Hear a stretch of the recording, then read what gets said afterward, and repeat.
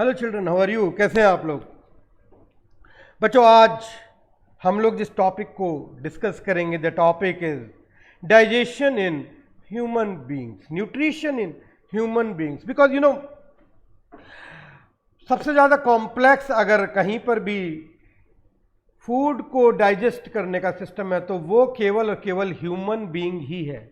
The most complicated system, most complicated digestive system is present inside the body of human being. So today we shall discuss about the various parts of the alimentary canal of human being, किस तरीके से उसका structure होता है, कौन कौन से parts होते हैं और उसके बाद फूड किस तरीके से डाइजेस्ट होता है इसके अंदर। आज हम कुछ इसी तरह की बातचीत आप लोगों से करने जा रहे हैं माय डियर स्टूडेंट्स। देखिए बच्चों, बाहर की तरफ सबसे पहला पार्ट माउथ यानी कि buccal cavity. Diagram is also shown on the screen just behind me.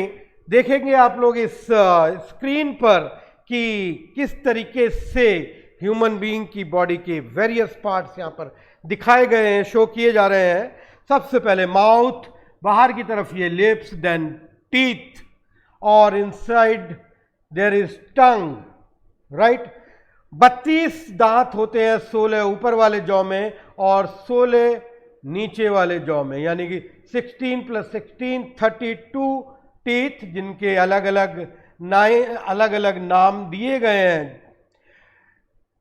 Incisors, canine, premolars and molars, ये 4 तरह की कैटेगरीज हैं हमारी बॉडी में दांतों की। तो चलिए एक एक करके हम थोड़ा थोड़ा बात करते रहेंगे। हमारी टंग है जो बहुत सारे फंक्शंस परफॉर्म करती है। टंग की अगर बात करें तो हमारे वॉइस को क्लैरिटी, स्पीच को क्लैरिटी देती है हमारी टंग, क्योंकि कभी गलती से हमारी टंग दांतों के बीच में कट जाती है तो हम लोग साफ नहीं बोल पाते काफ़ी देर तक। बच्चों, फूड को मैस्टिकेशन करने का काम, मुंह के अंदर घुमाने का काम भी टंग ही करती है। दांत चबाने का काम करते हैं लेकिन घुमाने का काम हमारी टंग करती है। और कोई चीज़ का टेस्ट कैसा है जो भी हम खा रहे हैं, मीठा है, नमकीन है, खट्टा है या कड़वा है, ये सब जानने का काम भी टेस्ट बड्स करती है, जो कि हमारी टंग के ऊपर मौजूद रहती है। बच्चों, अगर हम अपनी जीभ को ऊपर की तरफ टच करते हैं तो एक हार्ड रूफ से टकराती है हमारी जीभ, जिसे पैलेट कहा जाता है। और यही पैलेट पीछे की तरफ अब हम जीभ को अपनी ले जाते हैं तो सॉफ्ट हो जाता है। तो डियर स्टूडेंट्स, अगर मैं आप लोगों से बात करता हूं तो अपनी बक्कल कैविटी के बारे में तो सारी चीज़ें मैंने आपको बताई, लेकिन इसके ठीक पीछे का हिस्सा जहां बक्कल कैविटी का पिछला हिस्सा है वो फेरिंग्स, लैरिंग्स, जहाँ से कि लैरिंग्स वो हिस्सा होता है जहाँ से आवाज़ पैदा होती है, और उसके बाद फेरिंग्स वो कॉमन हिस्सा है जहाँ पर हमारा जो डाइजेस्टिव ट्रैक है और जो रेस्पिरेटरी ट्रैक है वो दोनों ही एक ओपन स्पेस पर खुलते हैं, कॉल्ड इट फेरिंग्स। और उसके बाद फिर 2 अलग अलग रास्ते अलग हो जाते हैं। एक रास्ता फूड को लेकर के जाता है और दूसरा रास्ता ऑक्सीजन या एयर को लेकर के जाता है।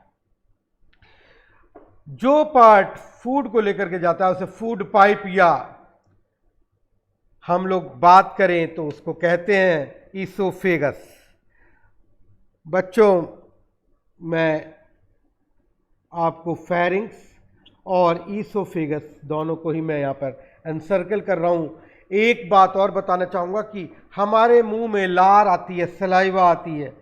यहाँ पर कुछ ग्लैंड्स होती हैं जिनको पैरोटिड ग्लैंड, सबलिंगुअल ग्लैंड और सब मैंडिबुलर ग्लैंड्स कहा जाता है।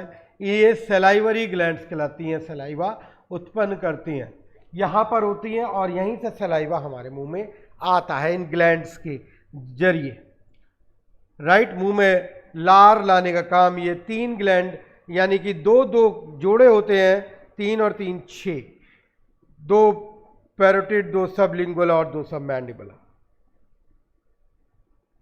और इस तरीके से ये ग्लैंड यहां पर मौजूद होती हैं। Commonly they are called tonsils. और हमारा जो फूड पाइप ईसोफेगस जिसे कहते हैं, ये जाकर के खुलता है स्टमक में। ये स्टमक वाला पार्ट है, ये स्टमक लेबलिंग है। और स्टमक के बाद अगर हम और आगे बढ़ते हैं तो यहाँ पे नीचे की तरफ ये स्टमक कंटिन्यू करता है स्मॉल इंटेस्टाइन में। स्मॉल इंटेस्टाइन में ये कंटिन्यू करेगा हमारा स्टमक। अगर हम बात करते हैं, ये ऊपर से आया ईसोफेगस और ये हमारा स्टमक, और ये स्टमक कंटिन्यू करता है।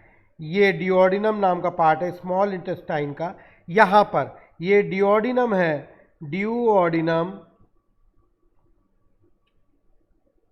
और फिर जेजुनम और इलियम इसका लार्जेस्ट पार्ट है।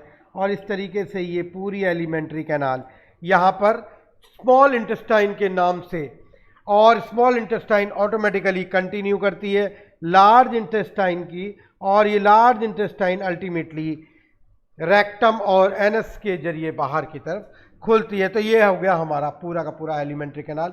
और साथ में कुछ ग्लैंड्स भी इसके साथ एसोसिएटेड है। सलाइवरी ग्लैंड्स की बात तो मैं आपसे कर ही चुका हूं। साथ में मैं आप लोगों को यहां पर बताना चाहूंगा कि बॉडी की सबसे बड़ी ग्लैंड है जो कि लीवर है, और लीवर से निकलने वाला जो बाइल जूस है वो गॉल ब्लैडर नाम के एक छोटे से थैले में इकट्ठा होता रहता है। और साथ में पैनक्रियाज है जो कि पैनक्रियाटिक जूस नाम का एंजाइम, पैनक्रियाटिक जूस जिसमें lot of enzymes are there, ये सिक्रीट किया जाता है इस पैनक्रियाज से, right.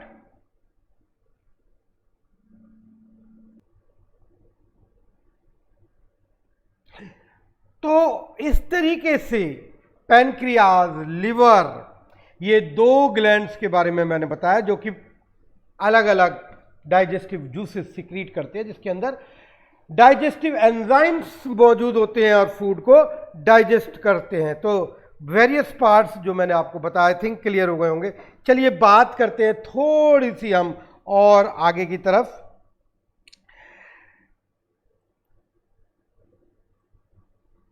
Alimentary canal is the long tube extending from the mouth to anus. This is the first point, first line जो कि यहां पर लिखी हुई है इन नोट्स के ऊपर। ये बात आपको याद करनी पड़ेगी क्योंकि what is elementary canal, this can be asked in the exam. तो elementary canal is a long tube, perform the function of digestion. It extends from the mouth to anus. ये बात आप लोग अपने दिमाग में पूरी तरीके से क्लियर कर लीजिए। और saliva which contains salivary amylase acts on the starch present in food. देखिए हमारे फूड के अंदर, मैं आप लोगों से एक बात यहां पर कहना चाहूंगा, थोड़ा सा ध्यान दें, हमारे फूड के अंदर क्या क्या मौजूद होता है। देखिए फूड के अंदर मौजूद होता है मेजरली तीन चीजें, कार्बोहाइड्रेट,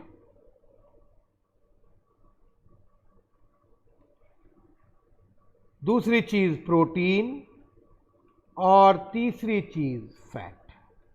ये मेजर आइटम्स है, मेजर कंपोनेंट्स और भी हैं, but these are the major component. और कार्बोहाइड्रेट में दो चीज है, एक है शुगर और दूसरी है स्टार्च। इनका कार्बोहाइड्रेट की बात करते हैं तो ये एनर्जी गिविंग सब्सटेंस है, और प्रोटीन की बात करते हैं तो ये बॉडी बिल्डिंग सब्सटेंस है, और फैट की बात करते हैं तो ये भी एनर्जी गिविंग सब्सटेंसेस है। तो अगर हम लोग बात करते हैं दोबारा, चलिए बात वापस फिर वहीं आते हैं जहां से हम चले थे।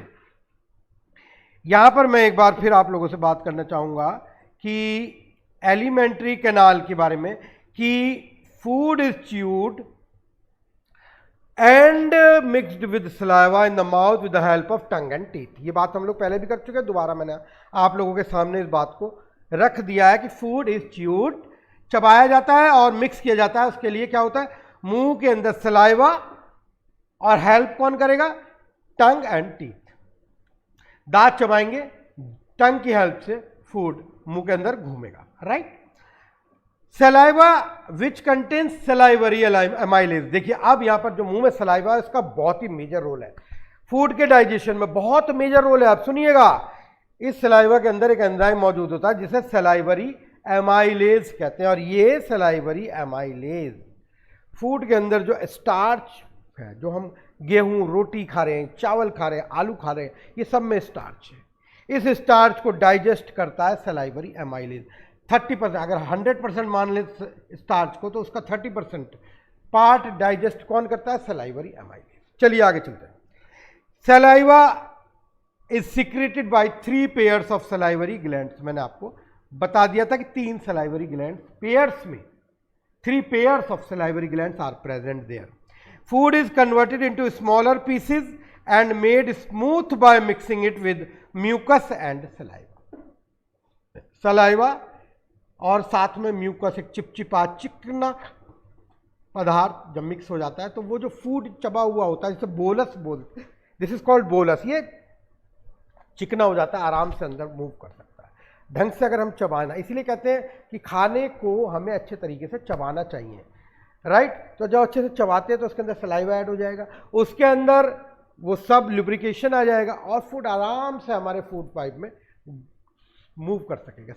हम वी कैन इजीली स्वेलो, हम आसानी से निगल सकते हैं, सटक सकते हैं फूड को, और ये फूड कहलाता है बोलस। तो बोलस आप ईसोफेगस से होता हुआ एक खास तरह की वेव्स अंदर होती हैं पैदा, जो इसको खिसकाती चली जाती हैं आगे की तरफ, जिन्हें हम बोलते हैं हम पेरिस्टल्टिक मूवमेंट, राइट। और फूड पहुंचता है स्टमक के अंदर, और स्टमक के अंदर ये लेफ्ट साइड में होता है हमारी, और स्टमक में hydrochloric acid, gastric juices, pepsin, अब पता नहीं क्या क्या यहाँ पे स्टमक की वॉल से रिलीज होते हैं और फूड को उस बोलस के बिल्कुल खिचड़ी बना देते हैं, उसकी डाइजेस्ट कर देते हैं उसको पूरी तरीके से। तो HCl की वजह से, यानी हाइड्रोक्लोरिक एसिड की वजह से, एक एसिडिक मीडियम वहाँ पर पैदा होता है, और पेप्सिन नाम का एंजाइम वहाँ पर एक्ट करता है उस HCl की प्रेजेंस में। क्योंकि वो एक्ट कर सकता है तो केवल एसिडिक मीडियम में ही कर सकता है, और इस तरीके से पूरा एक एटमॉस्फेयर एसिडिक हो जाता है। अब सवाल ये होता है कि अगर एसिडिक एटमॉस्फेयर है तो क्या वो हमारे स्टमक को नुकसान नहीं पहुंचाएगा?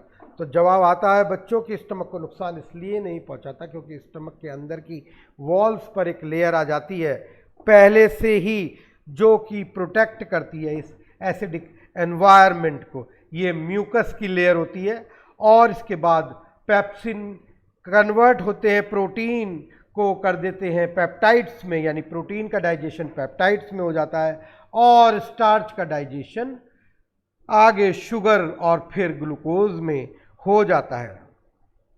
यहां से स्टमक से फूड स्मॉल इंटेस्टाइन में पहुंचता है, और स्मॉल इंटेस्टाइन में पहुंचने के बाद बाकी चीज़ों का डाइजेशन यहाँ पर होता है, फैट का डाइजेशन होता है, यहाँ पर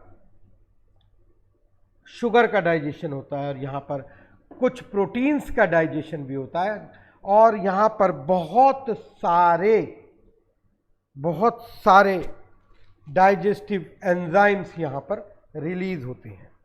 तो रिलीज करने के लिए पैनक्रियाज भी है, खुद इंटेस्टाइन की वॉल से इंटेस्टाइनल जूस भी सिक्रीट होता है, और लीवर से सिक्रीट होता है बाइल जूस, जो कि फैट को डाइजेशन में हेल्प करता है, फैट का इमल्सिफिकेशन कर देता है, छोटी छोटी बूंदों में कन्वर्ट कर देता है फैट की बड़ी ड्रॉप्स को, राइट। और इस तरीके से ये सब कंप्लीट होता है डाइजेशन का प्रोसेस, राइट बच्चों। तो आई थिंक ये सारी बातें आप लोगों के समझ में आ रही हैं। चलिए बच्चों, तो डाइजेस्टेड फूड अब एब्जॉर्ब किया जाता है स्मॉल इंटेस्टाइन की वॉल्स के द्वारा।